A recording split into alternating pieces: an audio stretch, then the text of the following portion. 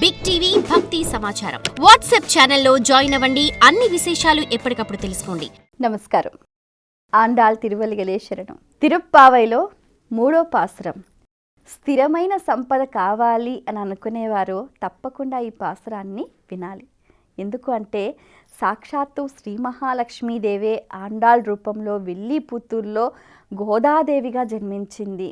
గోకులంలో ఆనాడు గోపికలంతా ఏ విధంగా కాత్యాయని వ్రతం చేసి శ్రీకృష్ణులో లీనమైపోయారో అదేవిధంగా అటువంటి వ్రతాన్నే తానున్న పరిస్థితులనే గోకులంగా భావన చేసుకొని ఎంతో చక్కగా ఈ కాలంలో కూడా తాను ఈ వ్రతాన్ని ఆచరించి పరమాత్మని సన్నిధిని చేరింది అన్నమాట. మనం ఎవరైతే ఉత్తమమైన కర్మలు చేసి ఉత్తమమైన ఫలితాన్ని పొందారో దాన్నే ప్రతి ఒక్కరూ కూడా ఆచరించాలి. అందుకనే మనం ఆండాళ్ తల్లి ఆచరించిన తిరుప్పావై వ్రతం అంటే శ్రీవ్రతం, దీన్ని ఎంతో శ్రద్ధగా మనం ఆలకిస్తూ వచ్చాం. అయితే 3వ పాసురంలో ఆండాళ్ తల్లి ఏం చెప్పింది అని అంటే, మనకు దశావతారాలు తెలుసు, అవును కదా. అయితే శ్రీహరి దాల్చిన దశావతారాలలో వామన అవతారం చాలా విశిష్టమైనది. వామనుడిగా వచ్చి ఆయన బలిచక్రవర్తిని 3 అడుగుల నేలను దానం అడిగాడు. ఆయన ముందు వెనక ఆలోచించకుండా ధారపోశాడు. బలిచక్రవర్తి ఇచ్చిన ఆ 3 అడుగులను వారు స్వీకరించి 3 లోకాలను కూడా వారు ఆక్రమించారు. మరి త్రివిక్రమధారి అయిన ఆ పరమాత్మని లీల వైభవ విశేషాలను అలాగే వారి గుణగణాలను కీర్తిస్తూ మార్గశిర మాసంలో మేమంతా కూడా స్నానం చేస్తూ నీ సేవకై ముందుకు సాగిపోతున్నాము కృష్ణ. మరి పంటలు బాగా పండాలి, వర్షాలు బాగా కురవాలి, అలాగే పంట చేలంతా కూడా మాకు ఆనందం కలుగచేయాలి. ఎంతో చక్కగా ఆ పంట చేరు నీటిలో నుంచి అలా ఎగిరి గంతు వేస్తున్న చేపలు మా కళ్ళకు ఆనందాన్ని కలిగించాలి. అలాగే విరబూసుకున్న ఆ తామర పువ్వులను ఆ తుమ్మెదల దృష్టిని ఆకర్షించాలి. పైరులన్నీ బాగా పండాలి, కలకలలాడుతూ ఉండాలి. అలాగే పాలు పితకటానికి గోవు దగ్గరికి వచ్చిన వారు పొదుగు నుండి పాలు ఇలా ధారలుగా పాడుతూ ఆ కడవలన్నీ కూడా నిండిపోయి ఆ పాల నిండుతోనంతో కూడా ఆనందం కలగాలి. ప్రతి ఒక్క ఇల్లు కూడా సిరి సంపదలతో నిండిపోవాలి, స్థిరమైన సంపద ప్రతి ఒక్కరికి కలగాలి అంటూ భావన చేస్తూ ఈ పద్యాన్ని పరమాత్ముడికి సమర్పించింది గోదమ్మ.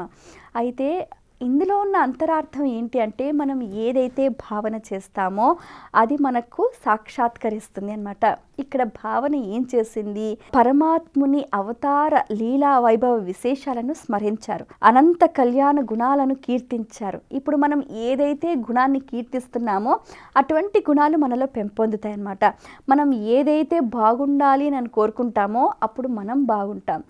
ఆ తల్లి ఏం కోరుకుంది, ఈ ప్రకృతి బాగుండాలి, ఈ సృష్టి బాగుండాలి, పాడి పంటలు బాగుండాలి అంటూ కూడా ఆ తల్లి ఎంతో ఆనందంగా ప్రకృతి వలన అంతా బాగుండాలి, అందరూ బాగుండాలి, ప్రతి ఇల్లు కూడా పాడి పంటలు అలాగే కళకళలాడుతూ కడవల నిండుగా పాలతోటి సంతత ధారలతోటి కూడా నిండిపోవాలి అంటూ కూడా ఆకాంక్షించింది. అలా ఎప్పుడైతే మనం ఒక శుద్ధ సంకల్పం, ఈ సంకల్పం వారు ఈ భావన ఎప్పుడు చేశారు, బ్రాహ్మీ ముహూర్తంలో చేశారు. ఈ బ్రాహ్మీ ముహూర్త కాలానికి చాలా విశేషం ఉందన్నమాట. ఎందుకంటే ఇది దేవతలకు బ్రాహ్మీ ముహూర్త కాలం అన్నమాట.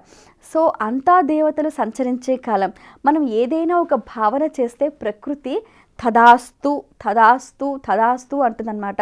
అందుకనే మన పెద్దలు కూడా చెప్తూ ఉంటారు, మాట వరుసకైనా కూడా మనము చెడ్డ మాటలు మాట్లాడద్దు, ఎందుకంటే తదాస్తు అనేస్తారు. ఇప్పుడు మనకు చాలా ఇళ్లలో కూడా సంపద నిలవకపోవడానికి కారణం కూడా అదే.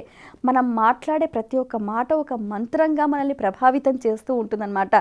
భావంలో కానీ బాహ్యంలో కానీ మనం ఎవ్వరి గురించి ఏది నెగటివ్ అనకూడదు, నెగటివ్ భావన చేయకూడదు. అన్నామో అది మేనిఫెస్ట్ అయిపోతుంది. అందుకనే పాజిటివ్గా ఉండాలి, పాజిటివ్ యాటిట్యూడ్ ఉండాలి. అందుకనే ఆండాళ్ తల్లి 3వ పాసురంలో మనకేంటంటే సంపద వృద్ధి కావాలి అంటూ కూడా, స్థిరమైన సంపద కావాలి అంటూ కూడా ఆకాంక్షిస్తూ అటువంటి భావనతో ఆమె ఆ పద్యాన్ని పరమాత్ముడికి సమర్పించింది. ఇది అంతరార్థం. స్వస్తి.